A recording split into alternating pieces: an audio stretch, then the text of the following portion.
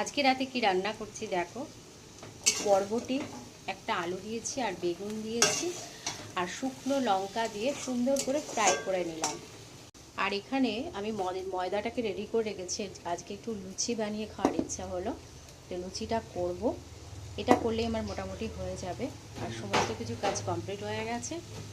এটা এটার সাথে লুচি খেতে আমার ভীষণ ভালো লাগে। এটা বরবটি, আলু, বেগুন, পেঁয়াজ, শুকনো লঙ্কা আর একটু কাঁচা লঙ্কা, একটু ঝাল ঝাল টাইপের করেছি। এই হচ্ছে রাতের আমার খাওয়া। প্রায় লুচি খেতে 2-3 দিন ধরে ইচ্ছা হচ্ছে। আজকে ভাবলাম এইটার সাথে লুচিটা খাবো। আলু আমি খাই না, কিন্তু আজকে অল্প একটু একটা ছোট্ট আলু দিয়েছি, না দেওয়ার মতন। আলুটা না দিলে হবে না।